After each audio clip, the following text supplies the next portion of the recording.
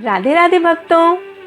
कहते हैं कि अगर एक संतान सच्ची भक्त निकल जाए तो वह अपनी आने वाली 21 पीढ़ियों का उद्धार कर देती है। कल्पना कीजिए, एक छोटा सा बच्चा जिसके सामने खौफनाक आग की लपटें हैं, जहरीले सांप है और सामने मौत बनकर खड़ा उसका अपना ही पिता। लेकिन उस बच्चे की आंखों में डर नहीं, सिर्फ अपने प्रभु का नाम है। ओम नमो भगवते वासुदेवाय। ये गूंज आज भी हमें सिखाती है कि जब दुनिया साथ छोड़ दे तब ईश्वर साथ खड़ा होता है। क्या भक्ति के लिए अच्छे कुल में जन्म लेना जरूरी है? क्या एक असुर का बेटा देवताओं के आराध्य का सबसे प्रिय भक्त हो सकता है? आज की कहानी एक ऐसे ही बालक की है जिसने न केवल अपने पिता के अहंकार को तोड़ा बल्कि अपनी भक्ति से भगवान को खंबे से प्रकट होने पर मजबूर कर दिया। आज हम बात करेंगे असुर राज हिरण्यकश्यप के उस पुत्र की जिसने महलों के ऐशो आराम को ठुकराकर यातनाओं के बीच भी धर्म का दामन नहीं छोड़ा। चलिए जानते हैं भक्त प्रहलाद की वो गाथा जो आज भी हर डूबते हुए इंसान को उम्मीद देती है। ऋषि कश्यप और दिति के दो पुत्र थे, हिरण्याक्ष और हिरण्यकशिपु। ये दोनों अत्यंत बलशाली और अहंकारी असुर भाई थे। ये दोनों भगवान विष्णु के द्वारपाल जय और विजय के अवतार थे, जिन्हें सनकादि मुनियों के श्राप के कारण पृथ्वी पर असुर के रूप में जन्म लेना पड़ा। ये दोनों भाई गुरु शुक्राचार्य के शिष्य थे। एक बार हिरण्यकशिपु के छोटे भाई हिरण्याक्ष ने अपनी अपार शक्ति के अहंकार में और देवताओं को चुनौती देने के उद्देश्य से पृथ्वी को बंदी बनाकर रसातल समुद्र की गहराई में छिपा दिया। वह स्वयं को तीनों लोकों का स्वामी बनाना चाहता था और पृथ्वी को समुद्र में डुबोकर वह सृष्टि को नष्ट करना चाहता था, जिससे देव विरोधी शक्तियां स्थापित हो सके। जब चारों ओर अधर्म बढ़ गया और भूदेवी संकट में थी, तब भगवान विष्णु जी को हस्तक्षेप करना ही पड़ा। तब भगवान विष्णु जी ने वराह रूप धारण कर भूदेवी की रक्षा की। जब भगवान वराह ने पृथ्वी को रसातल से लाते समय हिरण्याक्ष को मार दिया, तब उसका बड़ा भाई दैत्यराज हिरण्यकशिपु बहुत ही क्रोधित हुआ। उसने निश्चय किया कि मैं अपने भाई का बदला लेकर रहूंगा। अपने को अजय एवं अमर बनाने के लिए हिमालय पर जाकर वह तप करने लगा। उसने सहस्त्रों वर्षों तक बहुत कठिन तप करके ब्रह्मा जी को संतुष्ट किया। ब्रह्मा जी ने उसे वरदान दिया कि तुम किसी अस्त्र शस्त्र से ब्रह्मा जी द्वारा निर्मित किसी प्राणी से रात में, दिन में, जमीन पर, आकाश में कहीं भी मारे नहीं जाओगे। जब हिरण्यकशिपु तपस्या करने चला गया था, तभी देवताओं ने दैत्यों की राजधानी पर आक्रमण किया। राक्षसों का कोई नायक ना होने से दैत्य हार कर इधर उधर भागने लगे। देवताओं ने दैत्यों की राजधानी को लूट लिया। देवराज इंद्र ने हिरण्यकशिपु की पत्नी कियादु को बंदी बना लिया और स्वर्ग की ओर ले जाने लगा। रास्ते में देवर्षि नारद जी मिल गए। उन्होंने इंद्र को रोका कि तुम दैत्यराज की पतिव्रता पत्नी को मत ले जाओ। इंद्र ने बताया कि कियादु गर्भवती है, उसके जब संतान हो जाएगी तब उसके पुत्र का वध करके उसे छोड़ दिया जाएगा। देवर्षि ने कहा, इसके गर्भ में भगवान का परम भक्त है, उससे देवताओं को भय नहीं है, उस भागवत शिशु को मारा नहीं जा सकता। इंद्र ने देवर्षि नारद जी की बात मान ली।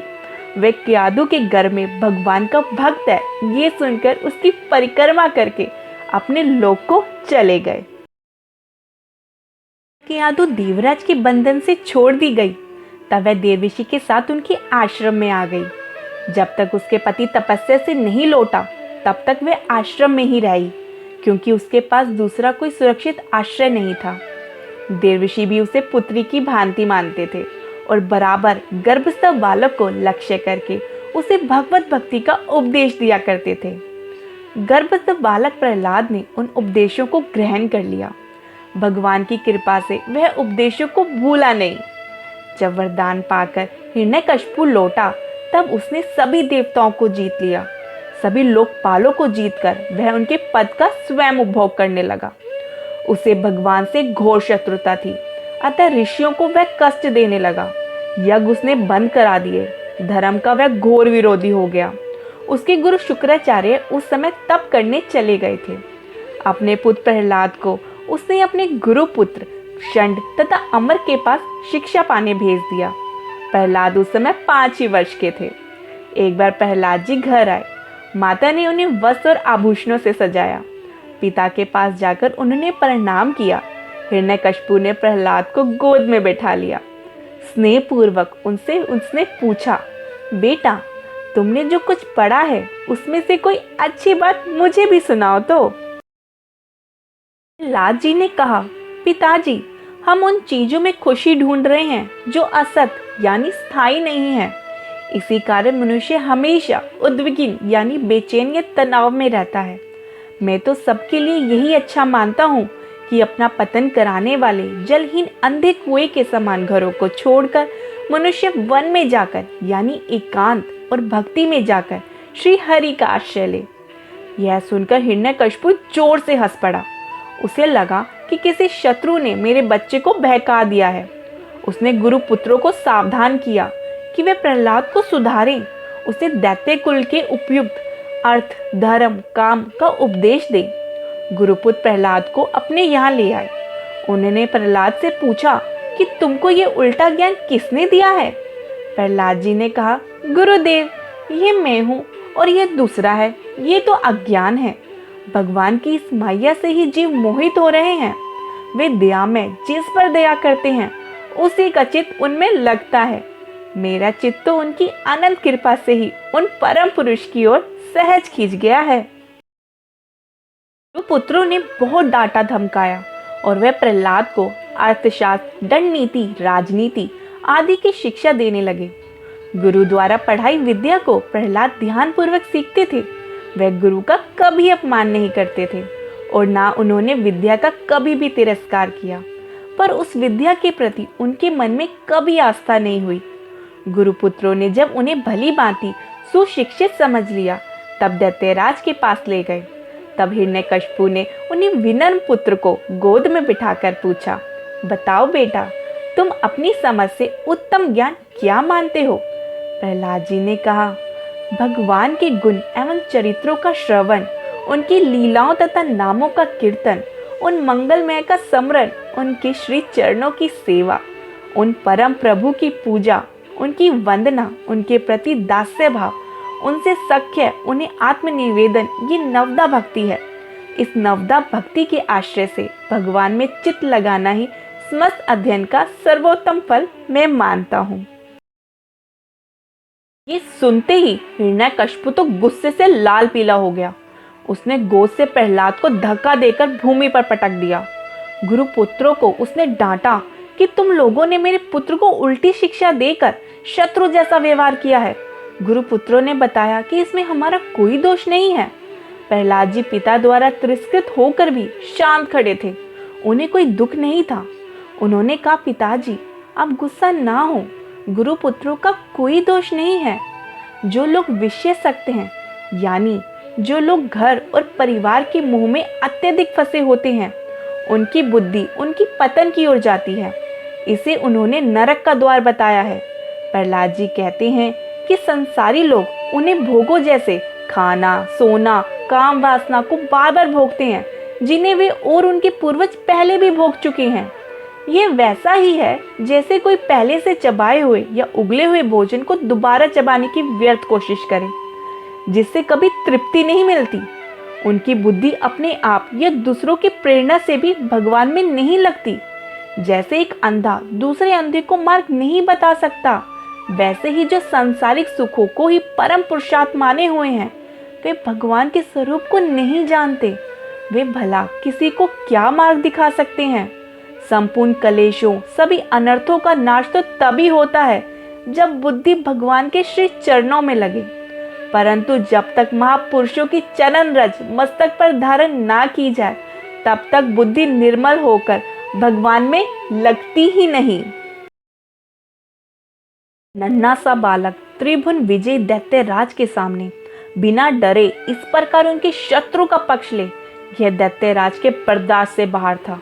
तब हिरण्यकशिपु ने चिल्लाते हुए अपने क्रूर सैनिक दैत्यों को आज्ञा दी, जाओ तुरंत इस दुष्ट को मार डालो। असुर भाले, त्रिशूल, तलवार आदि लेकर एक साथ मारो, काट डालो चिल्लाते हुए 5 वर्ष के बालक पर टूट पड़े। पर नन्हा बालक प्रहलाद बिना डरे खड़े रहे। उन्हें तो सारी जगह अपने दया में प्रभु ही दिखाई पड़ते थे। डरने का कोई कारण ही ना था। असुरों ने पूरे बल से अपने अस्त्र शस्त्र बार बार चलाए, किंतु प्रहलाद जी को कोई हानि नहीं पहुंची। उनको तो तनिक भी चोट नहीं आई। उनके शरीर से छूते ही वे हथियार टुकड़े टुकड़े हो जाते थे। अब हिरण्यकश्यप को आश्चर्य हुआ। उसने बालक प्रहलाद को मारने का निश्चय कर लिया। वह अनेक उपाय करने लगा। उसने मतवाले हाथी के सामने हाथ पैर बांधकर बालक प्रहलाद को डाल दिया, पर हाथी ने उन्हें सूंड से उठाकर मस्तक पर बैठा लिया। कोठरी में उन्हें बंदी किया गया। वहां भयंकर सर्प छोड़े गए, पर वे सर्प प्रहलाद के पास पहुंचकर केंचुओं के समान सीधे हो गए। जंगली सिंह जब वहां छोड़ा गया, तब वह पालतू कुत्ते के समान पूंछ हिलाकर प्रहलाद जी के पास बैठ गया। प्रहलाद जी को भोजन में उग्र विष दिया गया, किंतु उससे उनके ऊपर कोई प्रभाव ना हुआ। विष जैसे उनके उदर में जाकर अमृत हो गया हो। अनेक दिनों तक भोजन तो क्या, जल की एक बूंद तक प्रहलाद जी को नहीं दी गई, पर वे कमजोर होने के बदले ज्यों के त्यों बने रहे। उनका तेज बढ़ता ही जाता था। उन्हें ऊंचे पर्वत पर से गिराया गया और पत्थर बांधकर समुद्र में फेंका गया। दोनों बार वे सकुशल भगवान नाम का कीर्तन करते नगर में लौट आए। कश्यप को कुछ समझ नहीं आ रहा था। उसके सभी प्रयास विफल हो रहे थे। तब उसने अंतिम विकल्प के रूप में अपनी बहन होलिका को बुलाया। बड़ा भारी लकड़ियों का पर्वत एकत्र किया गया। होलिका को ब्रह्मा जी से वरदान प्राप्त था कि वह आग में नहीं जलेगी। कुछ कथाओं के अनुसार उसके पास एक विशेष ओढ़नी थी जो उसे आग से बचाती थी। हिरण्यकश्यप के कहने पर होलिका प्रहलाद जी को अपनी गोद में लेकर उस लकड़ियों के ढेर पर बैठ गई। उस ढेर में अग्नि लगा दी गई। होलिका की देह से पता नहीं कैसे वह ओढ़नी उड़ गई, जिससे होलिका जलकर भस्म हो गई और भगवान विष्णु की कृपा से प्रहलाद जी सुरक्षित बच गए। प्रहलाद जी तो अग्नि में बैठे हुए भी पिता को समझा रहे थे, पिताजी अब भगवान से द्वेष करना छोड़ दें। राम नाम का ये प्रभाव तो देखें कि यह अग्नि मुझे अत्यंत शीतल लग रही है। आप भी राम नाम लें और संसार के समस्त तापों से इसी प्रकार निर्भय हो जाएं। इसी घटना की याद में हर साल होली के एक दिन पहले होलिका दहन मनाया जाता है। दैत्यराज हिरण्यकश्यप के अनेक दैत्यों ने माया के प्रयोग किए, किंतु माया तो प्रहलाद जी के समक्ष टिकते ही नहीं। जब साम, दाम और दंड विफल हो गए, तब गुरुपुत्रों षण तथा अमर्क ने अभिचार यानी तामसिक अनुष्ठान के जरिए कृत्य नामक एक भयंकर राक्षसी शक्ति उत्पन्न की। कृत्य का उद्देश्य प्रहलाद जी को खत्म करना था। प्रहलाद जी तो निष्पाप और भगवान के परम भक्त थे। शास्त्रों के अनुसार जब कोई किसी निरपराध भक्त पर कृत्य छोड़ता है तो वह भक्त का कुछ नहीं बिगाड़ पाती और उल्टा चलाने वाले पर ही प्रहार कर देती है। कृत्य ने क्रोध में आकर स्वयं षंड और अमर्क का वध कर दिया। प्रहलाद जी ने भगवान की प्रार्थना करके गुरुपुत्रों को फिर से जीवित किया। यूं मारने की चेष्टा करने वालों को भी उन्होंने जीवित कर दिया। धन्य है प्रहलाद जी। यह देखकर वे भी आश्चर्यचकित रह गए और प्रहलाद जी की महानता के आगे नतमस्तक हो गए। इस प्रकार दैत्यराज ने अनेक उपाय कर लिए प्रहलाद को मारने के, पर कोई सफल ना हुआ। जिसका चित्त भगवान में लगा है, जो स्वत्र अपने दया में प्रभु को प्रत्यक्ष देखता है, भला उसकी तनिक सी भी हानि वे सर्वसमर्थ प्रभु कैसे होने दे सकते हैं। अब दैत्यराज को भय लगा। वे सोचने लगा कि कहीं ये नन्हा सा बालक मेरी मृत्यु का कारण ना हो जाए। गुरुपुत्रों के कहने से प्रहलाद को उन्होंने फिर गुरुगृह भेज दिया। शिक्षा तथा संग के प्रभाव से बालक सुधर जाए, यह उनकी इच्छा थी। गुरुगृह में प्रहलाद जी अपने गुरु की पढ़ाई विद्या पढ़ते थे, तो पर उनका चित्त उसमें लगता नहीं था। जब दोनों गुरु आश्रम के काम में लग जाते, तब प्रहलाद अपने सहपाठी बालों को बुला लाते। एक तो ये राजकुमार थे, दूसरे अत्यंत नर्म तथा सबसे स्नेह करने वाले थे। अतएव सब बालक खेलना छोड़कर इनके बुलाने पर इनके समीप ही एकत्र हो जाते थे। प्रहलाद जी बड़े प्रेम से उन बालकों को समझाते थे, भाइयों, ये जन्म व्यर्थ नष्ट करने योग्य नहीं है। यदि इस जीवन में भगवान को ना पाया गया तो बहुत बड़ी हानि है। घर द्वार, स्त्री, पुत्र, राज्य, धन आदि तो दुख ही देने वाले हैं। इनमें मोह करके तो नरक जाना पड़ता है। मन को इंद्रियों के विषय से हटा लेने में ही सुख और शांति है। भगवान को पाने का साधन सबसे अच्छे रूप में इस कुमार अवस्था में ही हो सकता है। बड़े होने पर तो स्त्री, पुत्र, धन आदि का मोह मन को बांध लेता है, और भला वृद्धावस्था में कोई कर ही क्या सकता है। भगवान को पाने में कोई बड़ा परिश्रम भी नहीं, वे तो हम सबके हृदय में ही रहते हैं। सब प्राणियों में वे ही भगवान हैं। अतः किसी प्राणी को कष्ट नहीं देना चाहिए। मन को सदा भगवान में ही लगाए रखना चाहिए। सीधे साधे चित दैत्य बालकों पर प्रहलाद जी के उपदेश का प्रभाव पड़ता था। बार बार सुनते सुनते वे इस उपदेश पर चलने का प्रयत्न करने लगे। शुक्राचार्य के पुत्रों ने ये सब देखा तो उन्हें बहुत भय हुआ। उन्होंने प्रहलाद जी को दैत्यराज के पास ले जाकर सब बातें बताई। अब हिरण्यकशिपु ने अपने हाथ से प्रहलाद को मारने का निश्चय किया। उसने गरज कर पूछा, अरे मूर्ख, तू किसके बल पर मेरा बराबर तिरस्कार करता है? मैं तेरा वध करूंगा। कहाँ है तेरा वह सहायक? वह अब तुझे आकर बचाए तो देखूं। प्रहलाद जी ने नम्रता से उत्तर दिया, पिताजी, आप क्रोध ना करें। सबका बल उस एक निखिल शक्ति सिंधु के सहारे ही है। मैं आपका अपमान नहीं करता। संसार में जीव का कोई शत्रु है तो उसका अनियंत्रित मन ही है।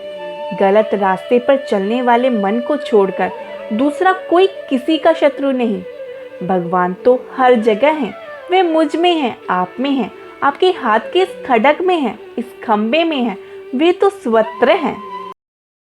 वे इस खंबे में भी हैं। हिरण्यकशिपु ने प्रहलाद की बात पूरी भी नहीं होने दी। उसने सिंहासन से उठकर पूरे जोर से एक घूंसा खंबे पर मारा। घूंसे के शब्द के साथ एक महाभयंकर दूसरा शब्द हुआ, जैसे सारा ब्रह्मांड फट गया हो। सब लोग भयभीत हो गए। हिरण्यकशिपु भी इधर उधर देखने लगा। उसने देखा कि वह खंबा बीच से फट गया है और उससे मनुष्य के शरीर एवं सिंह के मुख की एक अद्भुत भयंकर आकृति प्रकट हो रही है। भगवान नरसिंह के प्रचंड तेज की दिशाएं जल सी रही थी। वे बार बार गर्जन कर रहे थे। दैत्य ने ढाल तलवार लेकर बहुत उछल कूद की। उसने बहुत पैंतरे बदले, किंतु अंत में नरसिंह भगवान ने उसे पकड़ लिया और राज्यसभा के द्वार पर ले जाकर उसे अपनी जांघ पर रखकर नखों से उसका पेट फाड़ डाला। उसके पेट को फाड़कर उसकी आंतें अपने गले में डाल ली। दैत्यराज हिरण्यकशिपु मारा गया, किंतु भगवान नरसिंह का क्रोध शांत नहीं हुआ। वे बार बार गर्जना कर रहे थे। ब्रह्मा जी, शंकर जी तथा दूसरे सभी देवताओं ने दूर से ही उनकी स्तुति की। पास आने का साहस तो भगवती लक्ष्मी जी भी ना कर सकी। वे भी भगवान का वह विकराल क्रुद्ध रूप देखकर डर गई। अंत में ब्रह्मा जी ने प्रहलाद जी को नरसिंह भगवान को शांत करने के लिए उनके पास भेजा। प्रहलाद जी निर्भय होकर भगवान के पास जाकर उनके चरणों पर गिर गए। भगवान ने स्नेह से उन्हें उठाकर अपनी गोद में बिठा लिया। वे बार बार अपनी जीभ से प्रहलाद को चाटते हुए कहने लगी, बेटा प्रहलाद, मुझे आने में बहुत देर हो गई। तुझे बहुत कष्ट सहना पड़ा, तो मुझे क्षमा कर दे। प्रहलाद जी का कंठ भर आया। आज त्रिभुवन के स्वामी उनके मस्तक पर अपने अभय हस्त रखकर उन्हें स्नेह से चाट रहे थे। प्रहलाद जी धीरे से उठे। उन्होंने दोनों हाथ जोड़कर भगवान की स्तुति की। बड़े ही भक्ति भाव से उन्होंने भगवान का गुणगान किया। अंत में भगवान से उन्हें वरदान मांगने को कहा।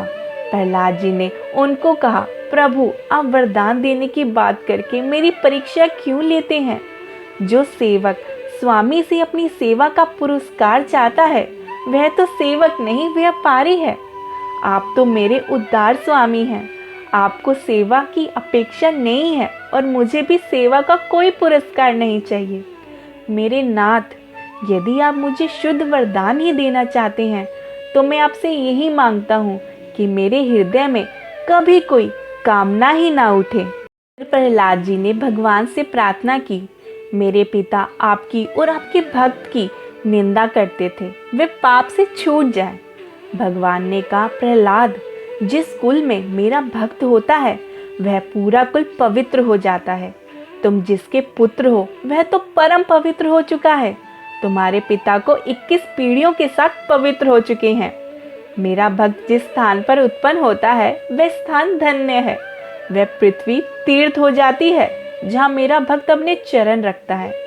भगवान ने वचन दिया कि अब मैं प्रहलाद की संतानों का वध नहीं करूंगा।